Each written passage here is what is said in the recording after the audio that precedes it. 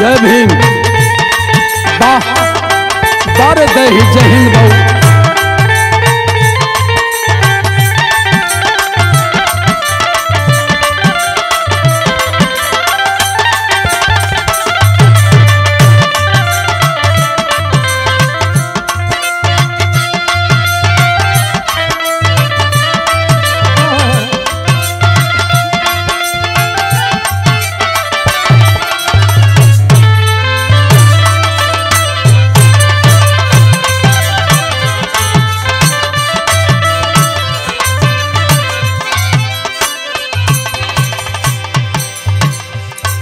आए मेरे भारत के 85 मूल निवासी सम्मानित साथियों, आपके इतिहास के लेकर के आपके बीच में मैं आ रहा हूं।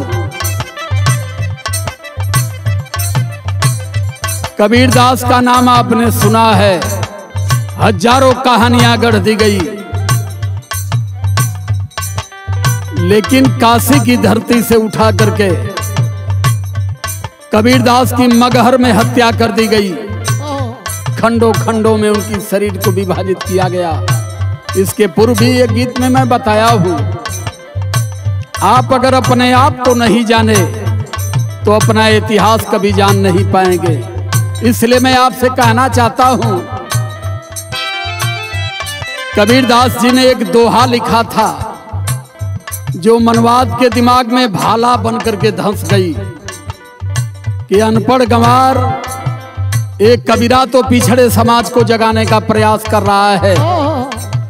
दोहा लिखे थे, क्या दोहा लिखे थे? दुनिया ऐसी बावरी पत्थली पूजे जाए, अरे घर की चकिया कोई ना पूजे,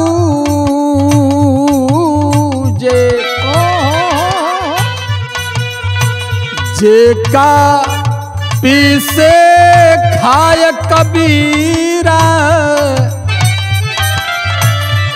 जेका पीसे खाए। यही दोहा उन्होंने लिख दिया और अपने प्रवचन में कबीरदास जी कहे, दुनिया ऐसी बावरी पत्थल पूजे जाए। पत्थल की मूर्तियों को लोग पूज रहे हैं, जो मूर्ति ना बोलती है, ना डोलती है, न कुछ कहती है, केवल घी का लड्डू चढ़ता है और उस घी के लड्डू को उस मूर्ति का मालिक, उस मूर्ति को बनाने वाला ब्राह्मण भोग लगाता है। और घर का जाता कोई नहीं पूजता है, जिसका पीसा हुआ आटे से रोटी खाता है। इसलिए मैं कहना चाहता हूं, गीत है क्या?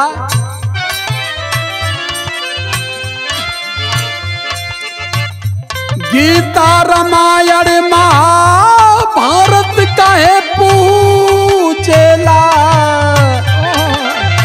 कबीरा कहेला काहे बतिया ना बुझेला।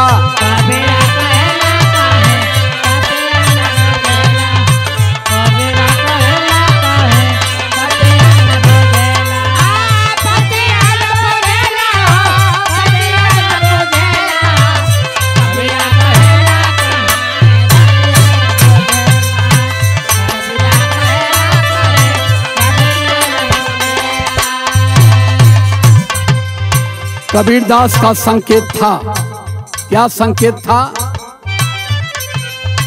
मुहावा से खीरा खैली राम जी के माई पवली,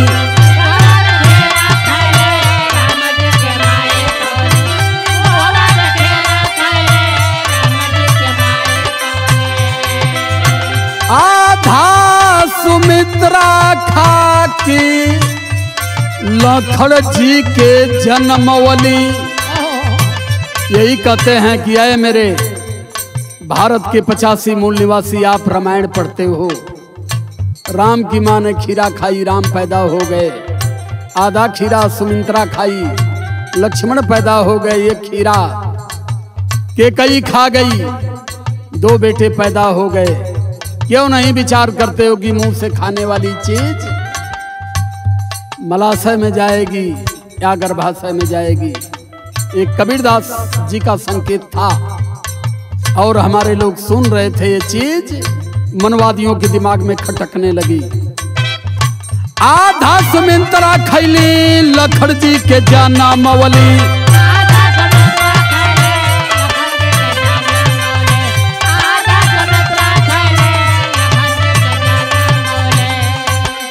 अरे मुहामों से गर्भा वाली,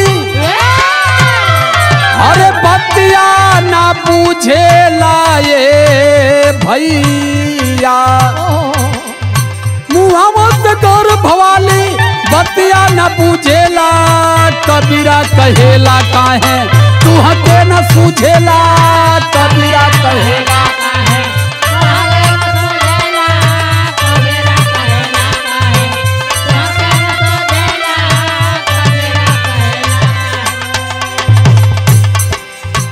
दूसरा दोहा है कबीरदास का, यही लास्ट भी है। कबीरा खड़ा बाजार में सबकी मांगती खैर,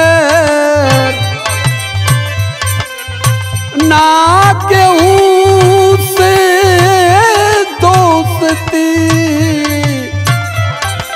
ना केहू से बैर। कबीरा खड़ा बाजार में सबकी मांगे खैर, ना कहू से दोस्ती ना केहू से बैर। इस दोहा को हमारे कबीरदास ने क्यों लिखा?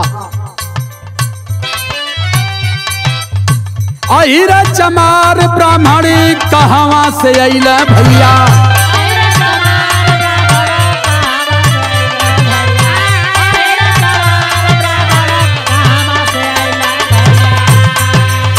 सब इंसान मुसलमान कैसे भैले भैया,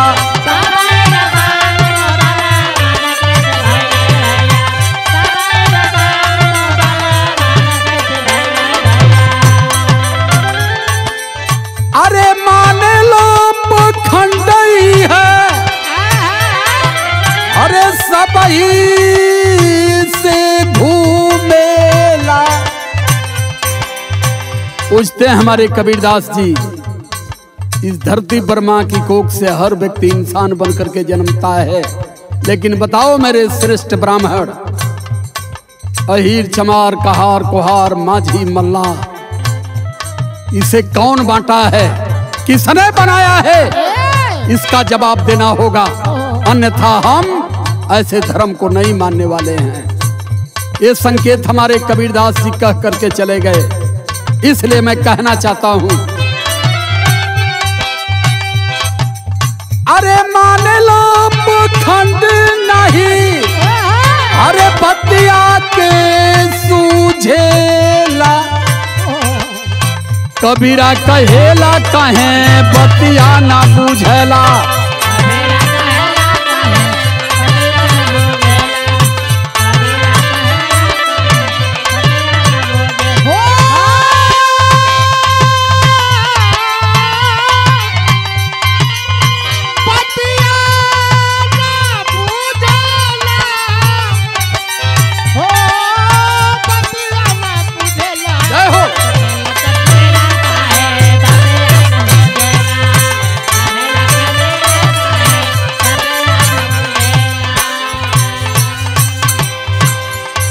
तीसरी लाइन हमारी बता रही है, इसे भी कबीरदास जी कहे थे, इंसान बनना हो तो एक बात मान लो, क्या?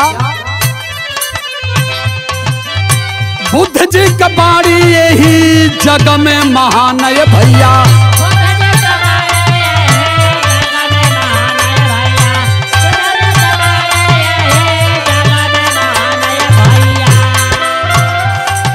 बुद्ध जी के बाणी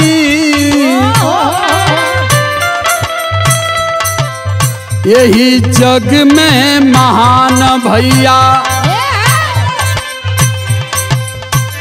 जात धर्म छोड़ सब बनाई नशान भैया।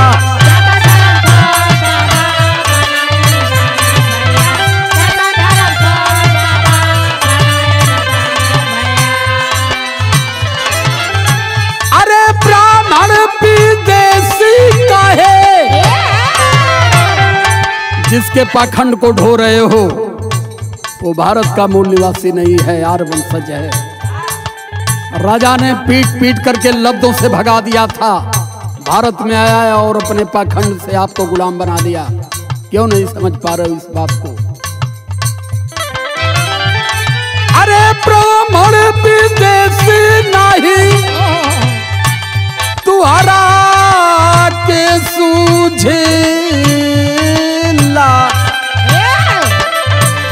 कबीरा कहेला काहे बतिया ना बुझला।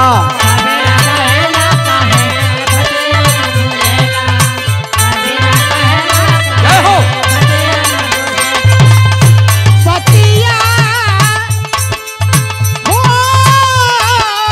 वाह बारे भाई,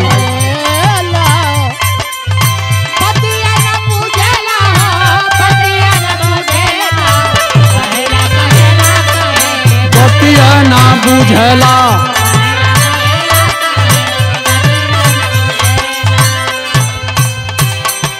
आखिरी लाइन है, कहते हैं हमारे आदरणीय मास्टर राम पलट जी, हमारे सूर्यभान कवि, हमारे नितेश बाबू और हमारे चंद्रजीत ढोलक मास्टर, हमारे इंदल बाबू, हमारे पिंटू बाबू, हमारे सौरभ सम्राट, हमारे संतोष बौद्ध जी, हमारे जय हिंद जी, हमारी कंचन और हमारे जितेंद्र, हमारे मन्नू भैया, सभी लोग एक बात कह रहे हैं। क्या कहते हैं?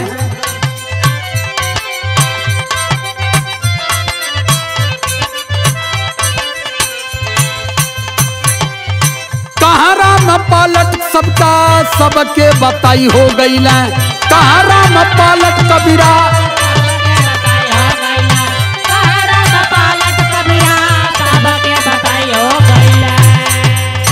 कहाँ राम पलट कबीरा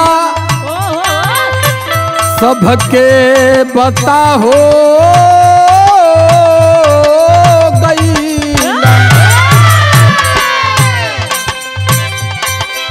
बना इंसान सोचाई है समझा हो गई ना।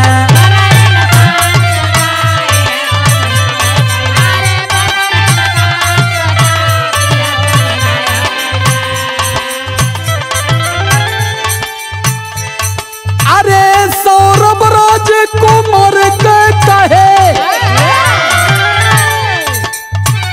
अरे सौरभ राजकुमार के कहे गीतिया ना सूझाए बाबू, कबीरा कहेला काहे बतिये ना बूझेला।